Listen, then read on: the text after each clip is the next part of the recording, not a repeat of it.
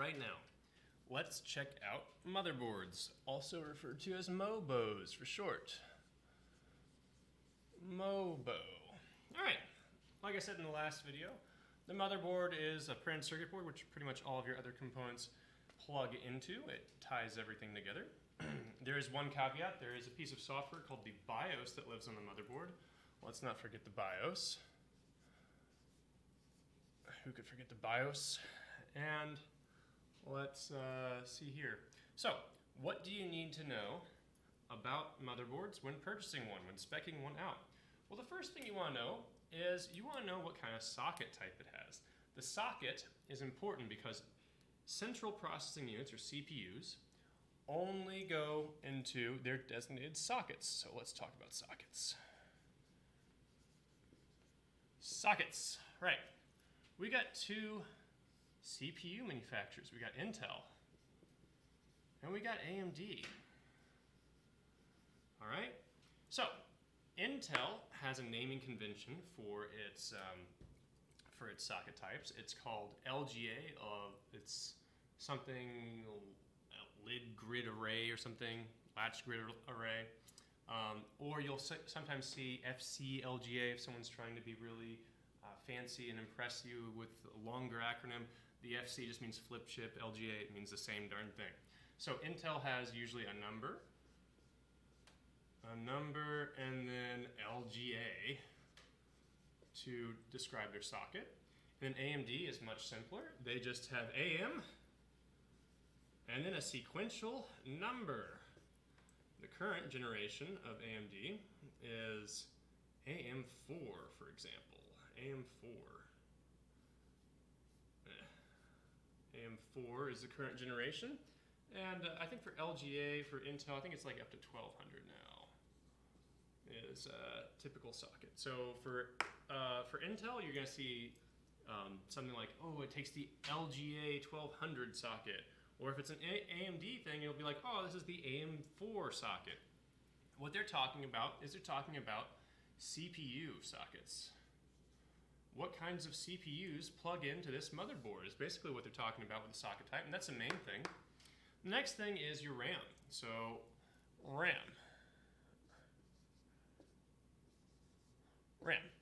Basically, with RAM, you're looking for how many slots do you have.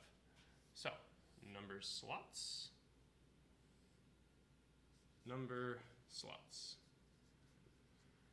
You're typically going to find motherboards with either 2 or 4 slots in them. There is one caveat to RAM though.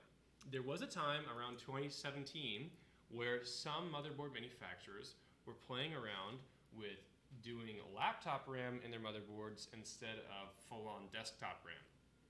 With laptop RAM versus desktop RAM, you are looking for stuff called DIMM or SODIMM. Here I'm going to say type. All right, and the types are desktop or laptop,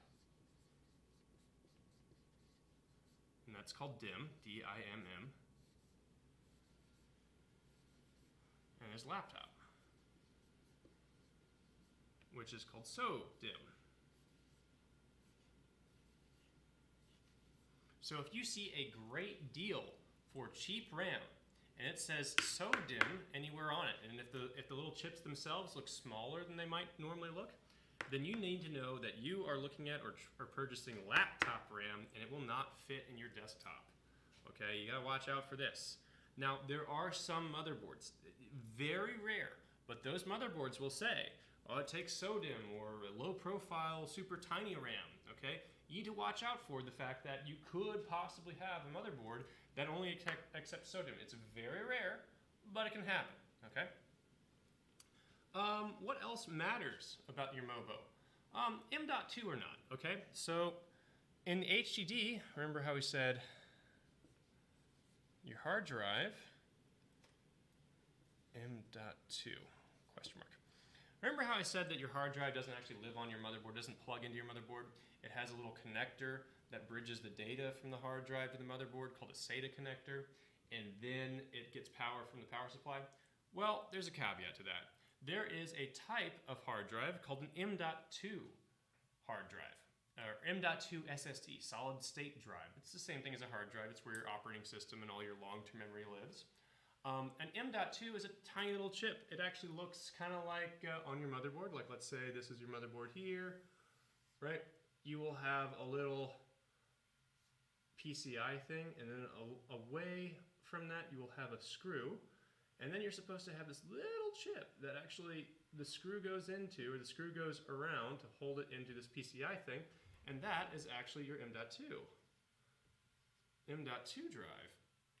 And the beautiful thing about that is that it's actually on the motherboard. You don't have to route power to it. You don't have to wrestle with the SATA cable. You don't gotta do nothing for an M.2. You just plug it straight into the motherboard. Now, the other advantage of M.2s is that they're blazing fast. They're very, very fast. They're faster than solid-state drives. They are a type of solid-state drive, and they're way faster than the clicking hard drive disk with a platter on it. This is a thing you need to know about motherboards. If you are looking to get an M.2 hard drive, you need to make sure that your motherboard actually has a hard drive. Now, last but not least, we brought up earlier, because I forgot it last time, is the BIOS. Now, what the heck is a BIOS? What is this? What's all this stuff? All right, so a BIOS, I believe it stands for Basic Internal Operating System, though some people say it's a Basic Input-Output System or something like that. The acronym changes depending on who you ask. But the BIOS is essentially the basest, it's almost the firmware. What it does is it initializes the hardware. It's the job of the BIOS is to look at what's plugged into the motherboard and how to stick it all together before you have an operating system. So your BIOS is very important. You have to make sure that your BIOS has a way of posting to the screen. Post stands for something self-test. Sorry, it's the best I could remember at the time. Posting basically means, is your motherboard or is your computer actually writing stuff to your screen? If you turn on your computer, all the fans click up and they whir and the lights are coming on and everything, but your screen doesn't say anything. It's a pretty common problem, especially to me. Then you're probably having a problem with your BIOS. Your BIOS is not compatible with the graphics card that you have, or your CPU does not have integrated graphics. So it's usually one of those two things. You can lose your BIOS on your motherboard. If your motherboard loses your BIOS, which is extremely rare, there are some viruses and malware that will melt your BIOS. If you lose your BIOS, you basically lose your motherboard. You can take your components back out, but that motherboard is dead. You don't want to even have to go through the process of having to reflash a BIOS. There are some that say, like, hey, you click a button and you can reflash the BIOS yourself, but generally this will never happen to you. You'll never lose your BIOS. You gotta make sure that your motherboard has a way of writing pixels, actually doing video out to post the basic internal operating system. If you've been into your BIOS, by the way, when you turn on your computer, you will actually see a screen flash typically before you get to your operating system like Windows or Macintosh or Linux. And the screen that flashes is usually something like Asus or Gigabyte or who knows who else makes motherboards. And that is your opportunity to mash one of the F buttons, it's either F10 or F12, to go into your BIOS menu. In your BIOS menu, when you get into your BIOS menu, it's basically like, hey, what's up? Here's a bunch of tabs at the top, usually. And the tabs will be like, hey, this is like your system performance, this is integrated graphics, this is your boot menu, this is a big deal. If you're going into BIOSes, you're usually going into your boot menu saying, hey, listen, BIOS, I know that I have Windows living on this hard drive right here, but I really need you to boot up Linux, which lives on this USB. So basically, when you're doing that is a function that your motherboard does. Your motherboard is responsible for what order things boot from. And it's just gonna look down at can I boot from this hardware that's plugged into me? Can I boot from this hardware that's plugged into me? It has a list. And the first thing that it sees that it can boot from, well, that's what it's gonna boot from. So if it says, hey, first thing that I'm gonna check is do I have an M.2 slot? M.2, all right. And if there's a thing to boot from, I'm gonna boot from that. Other than that, do I have anything in SATA? Any SATA stuff plugged into me? And then if I don't have any of that, do I have anything in my USB that I can boot from? Anything there? Any boot files that I can find? Typically, your boot menu will look like that. Now, if you are plugging in, like if you had a crazy virus or something, some malware got on your operating system and that operating system lived on your M.2 drive or your SATA drive, then you might want to use your USB with a separate operating system on it to diagnose and maybe fix your issue. In which case, when your computer turns on, you will see the quick flash of the screen that says like Asus or Gigabyte or whatever. And you're going to mash your F buttons and you're going to try to go into your boot menu and you're going to try to move your USB up to here so your motherboard will be like, ah, a USB. That now takes priority over the M.2 with the messed up virus on it.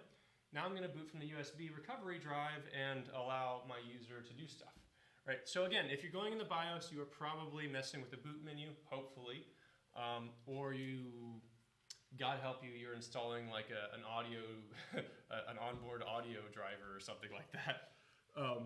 But basically, that's it for motherboards. Most of it is BIOS. I probably should have done a segment on BIOSes separate from motherboards, but I guess the BIOS segment is going to live on the motherboards thing. But to go over it again, the motherboard, it has a socket type. The socket type is going to be fit for either Intel or AMD. And we went over the naming conventions. Intel has LGA chips, and AMD has like AM and then a number chips type chip socket thing. And then your RAM, you need to see basically how many slots you have and how much is it going to fit as much RAM as you're going to put in there. And then your HDD or M.2, you're going to see if it has an M.2 drive. If not, you're going to get stuck with using some slow SATA cables. And that's it for your motherboard.